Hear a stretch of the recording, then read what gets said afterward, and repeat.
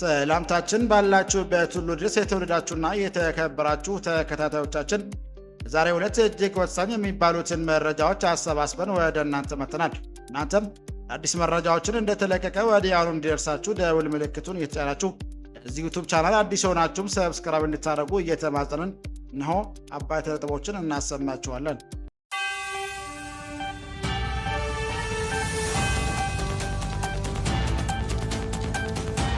ፊልድ ማርሻል ብርሃኑ ጁላ አማራ ከትግራይና ከኦሮሞ ጥያቄ ጀርባ ሆነው ሀገር ለመፈራረስ የሚሰሩ የዘመኑ ባንዳዎች አሉ ሲሉ ሆነ። በሪ ጦር ኃይሎች ጠቅላይ ኤታማዦር ሹም ፊልድ ማርሻል ብርሃኑ ጁላ ትላንትናው በአዲስ አበባ በተካሄደው 130ኛው የአድዋ ድል መታሰቢያ ላይ ባደረጉት ንግግር አማራ በትግራይና በኦሮሞ ሕዝብ ጥያቄዎች ሽፋን ስር በመደበቅ የውጭ ኃይሎችን ተልዕኮ የሚያስፈጽሙና ኢትዮጵያን ለመፈራረስ የሚረባረቡ ያሏቸውን አካላት ክፉኛ ኮንነዋል። አብራችሁ ስትቆዩ የምታደምጡት ይሆናል። ጠቅላይ ሚኒስትር አብይ አህመድ እሁድ ዕለት ኢራን በኩዌት ላይ የፈጸመችውን ጥቃት ተከትሎ ኩዌት ልዑል አልጋ ወራሽ ሼክ ሳባህ ካሊድ አልሐማድ አልሳባህ ጋር በስልክ መወያየታቸው ተገለጸ። ጠቅላይ ሚኒስትር አብይ ከኩዌት ልዑል አልጋ ወራሽ ጋር ባደረጉት ውይይት በአገሪቱ ሉዓላዊ ግዛትና የአየር ክልል ላይ የሚፈጸም ጥቃትን ጽኑ ማውገዛቸውን የኩዌት የዜና ወኪል ዘግቧል። አብራችሁ ስትቆዩ ይሄና ሌሎች ያሰባሰብናቸው መረጃዎች የምትሰሙት ይሆናል። አብራችሁን ቆዩ። በአርሲ ዞን ትናንትና ጨምሮ ባለፈው ሳምንት ውስጥ ከ30 በላይ ሰዎች መገደላቸውን የአካባቢ ምንጮች ተናገሩ። ኦሮሚያ ክልል አርሲ ዞን ትናንትና ጨምሮ ባለፈው ሳምንት ውስጥ ታጣቂዎች በፈጸሟቸው ጥቃቶች 30 በላይ ሰዎች መገደላቸውን ነዋሪዎችና የቤተ ክርስቲያን ኃላፊዎች ለቢቢሲ ተናገሩ። ወደ የካቲት 22 2018 ዓ.ም ምሽት በተፈጸመው ተጨማሪ ጥቃት ቢያንስ 2 ሰዎች እንደተገደሉ ሶስት የአካባቢ ምንጮች ተናግረዋል። አብራችሁ ስትቆዩ የምታደምጡት ይሆናል። አሜሪካ ኢራን ላይ መጠነ ሰፊ ወታደራዊ እርምጃ መውሰድ እንደምትቀጥል ትራምፕ ተናገረ። አሜሪካው ፕሬዝዳንት ዶናልድ ትራምፕ በኢራን ላይ የሚወስደው መጠነ ሰፊ ወታደራዊ እርምጃ እንደሚቀጥል አስታወቁ። ኢራን መንግስት የኒውክሌር የጦር መሳሪያ ግንባታ እንዲያቆም አሜሪካ የተሰጠውን ማስጠንቀቂያ ችላ እንዳለ ገልጾ ኢራን የተደቀነው አደጋ ለመቀልበስ እርምጃ መውሰድ እንደሚቀጥሉም ተናግሯል። በዝርዝር የምታደምጡት ይሆናል። ከብራር አድማጮቻችን አብረን ስንቆይ ይህንና ሌሎች ያዘጋጀንላችሁን ወደ እናንተ እናቀርባለን። ድጋሚ ለዚህ ቻናል አዲስ የሆናችሁ ሰብስክራይብ እንድታደርጉ እያልን ወደ ዝርዝር መረጃው አቀናን።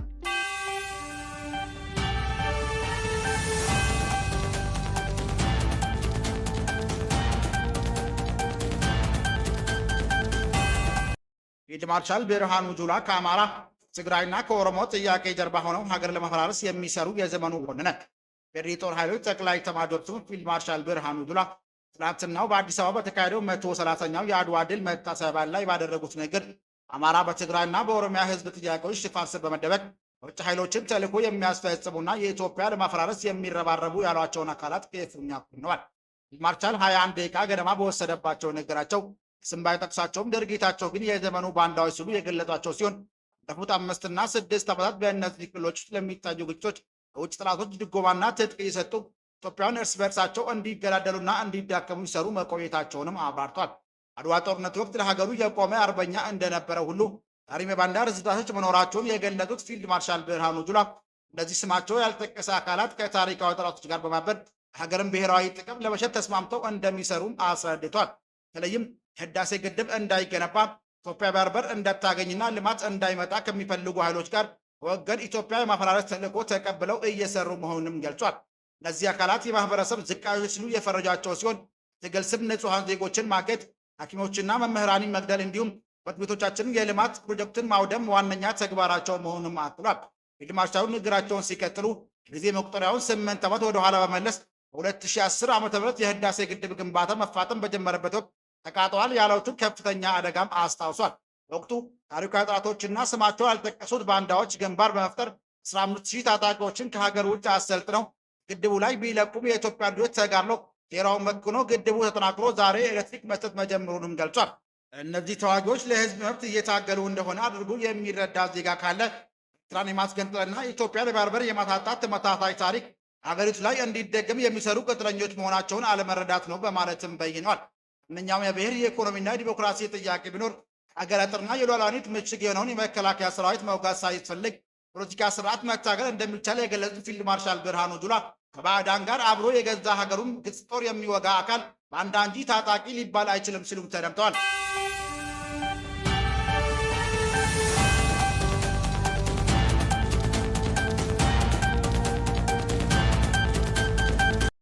ጠቅላይ ሚኒስትር አብይ እሁድ ዕለት ኢራን በኩዌት ላይ የፈጸመችውን ጥቃት ተከትሎ ኩዌት ልዑል አልጋ ወራሽ ሼክ ሳባህ ኻሊድ አልሐማድ አልሳባህ ጋር ስልክ መወያየታቸው ተገለጸ። ጠቅላይ ሚኒስትር አብይ ከኩዌት ልዑል አልጋ ወራሽ ጋር ባደረጉት ውይይት አገሪቱ ሉዓላዊ ግዛትና የአየር ክልል ላይ የሚፈጸም ጥቃትን በጽኑ ማውገዛቸው የኩዌት የዜና ወኪል ዘግቧል። ይህ ድርጊቱ የዓለም አቀፍ ሕግና የተባበሩት መንግስታት ቻርተር ጥሰት ነው ማለታቸውን ዘገባው ያመለክታል። ጠቅላይ ሚኒስትር አብይ ከልዑል አልጋ ወራሽ ጋር በነበራቸው የስልክ ንግግር ወቅት ኩዌት ዜጎችና ተቋማት ላይ የሚደርሱ ጥቃቶችን ማውገዛቸው ተገልጿል። ዘገባው እንደሚያመለክተው አብይ በኩዌት የሲቪል ተቋማት ላይ የሚፈጸም ጥቃት ተቀባይነት እንደሌለውም ተናግሯል። አብይ አህመድ የኩዌት መንግስትና አመራር የሀገሪቱን ሉዓላዊነት መራገጥና ደህንነት ለመጠበቅ የሚወስደው ማንኛውም እርምጃ ድጋፋቸውን እንደሚሰጡም ገልጿል። ኢራን በትናንትናው ዕለት በመካከለኛው ምስራቅ በፈጸመችው ጥቃት ኩዌት አንድ ሰው ህይወት ማለፉም ተገልጿል። ኢራን በበርካታ መካከለኛ ምስራቅ ሀገራት ላይ ዛሬም ጥቃት የፈጸመች ሲሆን ባህሬን፣ ዱባይ እንዲሁም በኩዌት የአሜሪካ ኤምባሲ አቅራቢያ ፍንዳታዎች መሰማታቸውን የአገሪቱ መገናኛ ብዙሃን ዘግቧል። ኩዌት ልዑል አልጋ ወራሽ ሼክ ሳባህ ኻሊድ አልሐማድ አልሳባህ ጠቅላይ ሚኒስትር አብይን ስላሳዩት ድጋፍ እንዳመሰገኑም የዜና ወኪል ዘግቧል። የዓለም መንግስት በኢራን ላይ ስለደረሰው ጥቃትም ተናግሯል።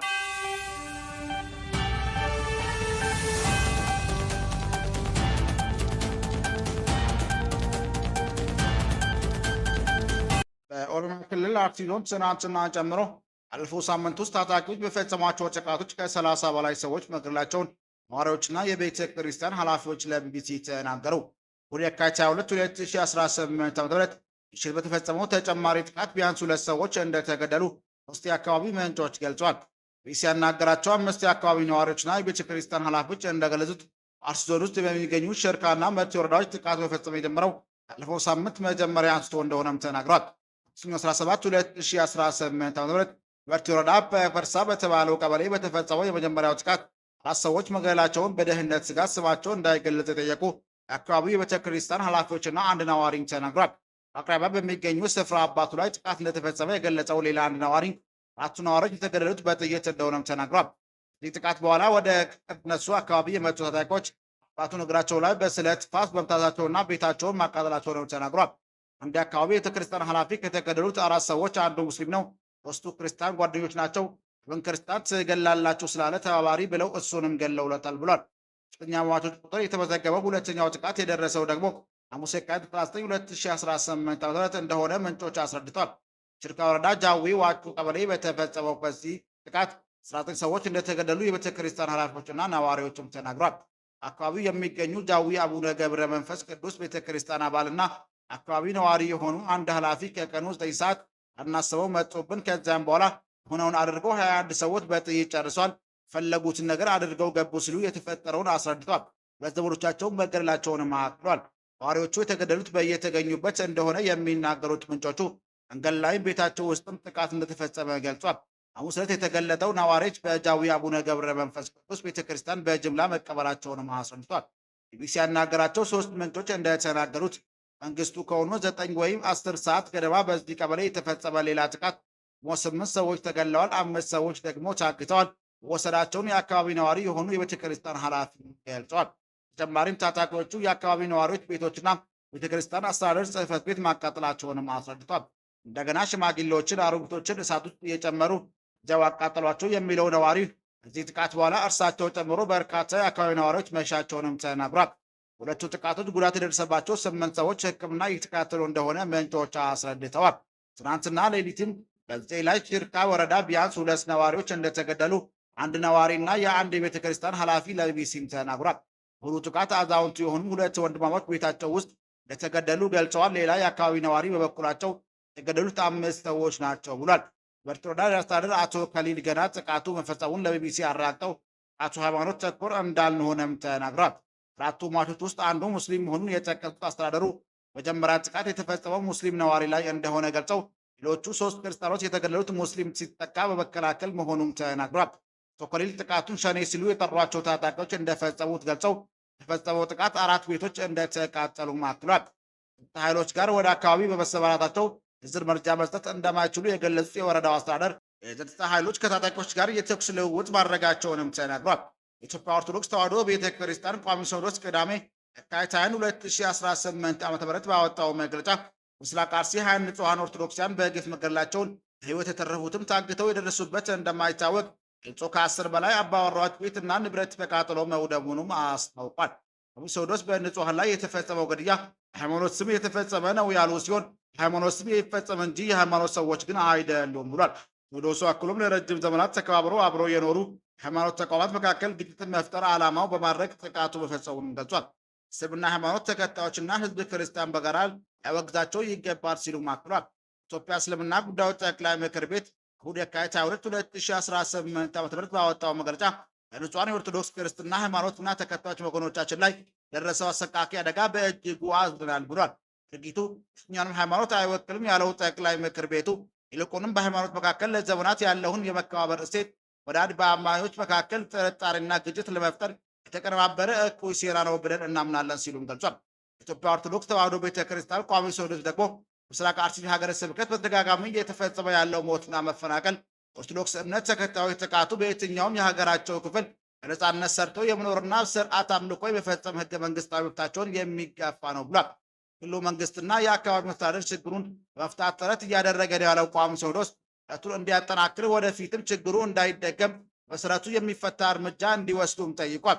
ኢትዮጵያ ሃይማኖት ተቋማት ጉባኤ የተፈጸመው ግድያ አውግዞ ይህን ኢሰብአዊና ኢሃይማኖታዊ እጅግ ዘግናኝ ተግባር የፈጸሙትን አካላት መንግስት ተከታትሎ ለፍርድ እንዲያቀርብም አሳስቧል። ጉባኤው ባወጣው መግለጫ መንግስት በአካባቢው የሚኖሩ ንጹሐን ዜጎች ላይ ተመሳሳይ ጥቃት በድጋሚ እንዳይፈጸም በቂ ጥበቃ እንዲያደርግም ጠይቋል። በተጨማሪም የሃይማኖት ተቋማት ይህን ዘግናኝ ተግባር በአንድ ላይ ድምፅ እንዲቃወሙ እንዲሁም በአንድነት በመቆም ተመሳሳይ ጥቃት እንዳይፈጠር የሚችሉትን ሁሉ እንዲያደርጉም ጥሪ አቅርቧል። ጥቅምት ወር በምስራቅ አርሲ ዞን ቡኑ፣ በበርቲ፣ በሽርካና በሆሎንቆ ዋቤ ወረዳዎች ውስጥ የሚገኙ ኦርቶዶክሳውያን ሃይማኖት ተከታይ ላይ ማንነታቸው ባልታወቁ ታጣቂዎች በተፈጸመው ጥቃቶች ህጻናትን ጨምሮ 25 ሰዎች መገደላቸውን የተጎጂዎች ቤተሰቦችና አካባቢው የሚገኙ የኢትዮጵያ ኦርቶዶክስ ተዋሕዶ ቤተክርስቲያን ኃላፊዎች ለቢቢሲ መግለጻቸው ይታወሳል። ፌዴራል መንግስቱም ሆነ በኦሮሚያ ክልል በተከታታይ ቀናት በተፈጸመው ግድያ እስካሁን ድረስ በይፋ የሉት ነገርም የለም።